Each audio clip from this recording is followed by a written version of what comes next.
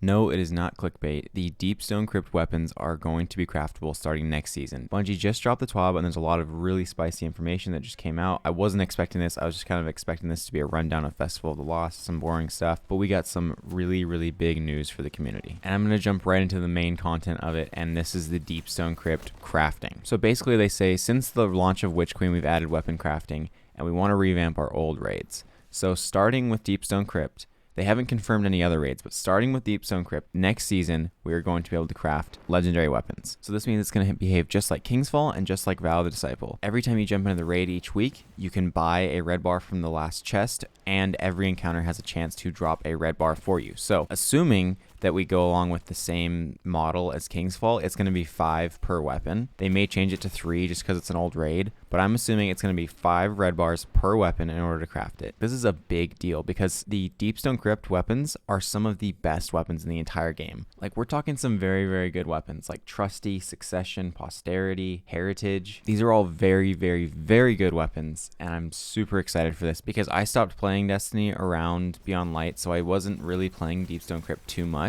But now that they're adding weapon crafting, I have a big reason to go back and do this. We're also getting a brand new origin trait for the Deep Stone Crypt weapons called Bray Inheritance. We don't know what it does yet, but it's a good thing that it's coming out with the weapon crafting, because then we won't have to deal with crafting the weapon and then when the origin trait comes out, recrafting or re-grinding or whatever that is. So just a warning for everybody who's playing Deep Stone Crypt right now, I would highly recommend you wait until December to go out and get those weapons, because we're about to get a massive update for all of them. One thing that we probably will not see with this update is a way to get a free red bar each week. So with Vow of the Disciple and Kingsfall, we had symbols that were around the map that we had to shoot, and then we get a free red bar at the end of the raid. Well, being that we do not have any sort of thing like this in Deep Stone Crypt, I don't see them going back and adding one. It would be really cool if they did, because then it would give players another thing to go back and look for in the raid, but understandably, I don't think that they're going to do this. So this is really, really awesome, and I'm very, very excited for this, and this is going to bring a ton of people back to play Deep Stone Crypt, and it's going to be really good for new players because they're going to get to know Deep Stone Crypt, which is a very, very cool and very, very good raid. Not to mention, we're also getting enhanced versions of Reconstruction and Recombination and Redirection. This is going to be ridiculous. If these perks truly are going to improve the way those perks function, this is going to be very, very good. Like, can you imagine enhanced reconstruction where it like reloads it for you faster? That would make Trusty even better. Trusty is arguably the best sniper rifle in the game right now for PvE. So to have the weapon reload itself up to double capacity even faster, that's crazy. Like, this is going to be really, really crazy, and I'm very, very excited for this. Well, that is the main bulk of the TWAB, but then they move on to some lighter stuff, some stuff that's really good for players, and some stuff that makes it seem like they're actually listening to the community. So first of all, they have like about 4 issues that they address, and then they talk about how they're going to fix them. First of all, they talk about how deep sight weapons are too common. Like, they drop way too much, and this causes vault stress because people want to put all their red bars into their vault and complete them as time goes on. I personally don't agree with this because I'm at a point where if I get a deep sight weapon and I don't like it, I just delete it. I don't go and complete it because I don't care enough about that currency. I don't feel like I'm running out of that currency. For those players who are running out of that currency, I can see how this would be frustrating. Your vault would be constantly full of red bars and you wouldn't be able to catch up. So for that issue, they want to introduce a different way to earn deep sight currencies, which is a good thing because I personally don't want to hold on to 20 red bars and have to worry about grinding for them to get that currency done. Then they talk about an issue where deep sight weapons must be equipped to fully extract the currency, and this causes friction with like loadouts and being able to use them in higher end content and stuff like that. They say the initial goal of red bars was so that players could try out weapons that they normally wouldn't ever use. It kind of worked for them. They were happy with the way that it went, but they don't like the place that it's in right now. Then they also talk about how people farm Chiro Chi to get deep sight weapons done to level up your crafting. They don't really like that players have to go and just do this monotonous, boring activity to get this done. They say some people like it, but some people really hate it. And I'm one of those people who I want to play the game. I don't want to sit in an encounter and just farm ads over and over and over again.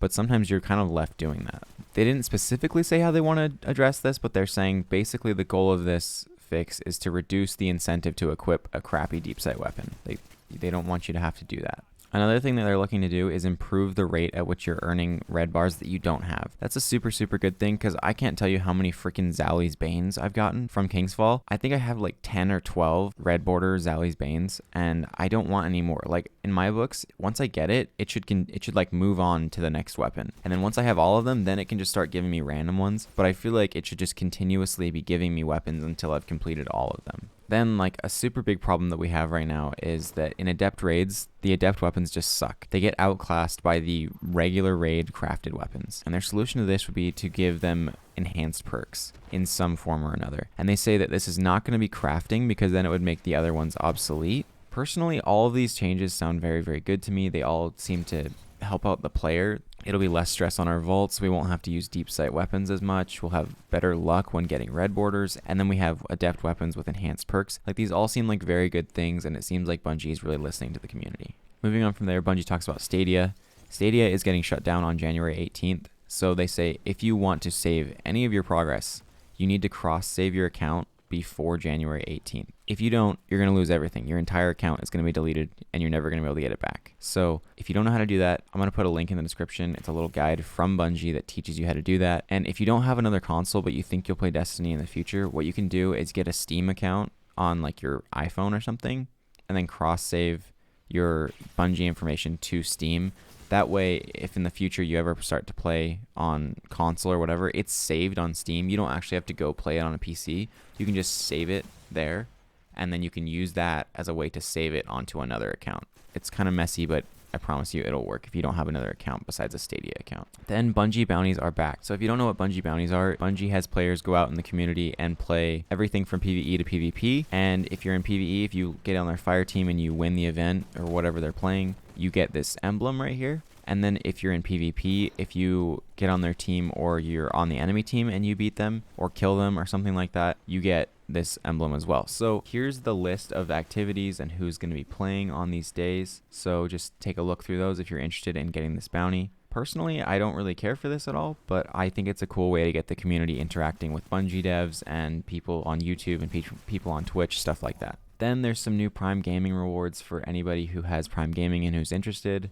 There's a new emote, a new ghost shell, a sweet ship, and a new sparrow. So it's all some pretty cool stuff. That ghost shell's kind of sick. If you still have Spectral Pages bugs, here's a fix for that, or here's something that Bungie says you should do, but I don't know if it's really going to help out too much. Then we get a hot fix next week. If you want to know the information about that, it's up on the screen. And we also have some known issues in the game right now, and if you're interested in that, those are up on screen as well. Well, that is everything for the TWAB this week, and I'm very surprised by this TWAB. Like, this is a very, very good TWAB. We got some issues addressed that are really important to the community with adept weapons, and we got craftable deepstone crypt weapons coming. I honestly did not think that they would take the time to go back to old raids and make their weapons craftable. I just thought they were going to add an origin trait, which, you know, that's a big deal too, but this is awesome. Like, I'm very excited for this, and this probably means that we're getting craftable weapons for Vault of Glass, The Last Wish, and Garden of Salvation, which is super awesome because it's going to bring those raids back and make them even more relevant. I was already happy that we're bringing them back into rotation, but now that they're giving players like a real reason to go back to them, that's just amazing, and I'm very happy about that. If you found this video entertaining or informative, share this video with a friend and subscribe. It would mean so much to me. Thank you so much for watching, Guardians, and have a wonderful day.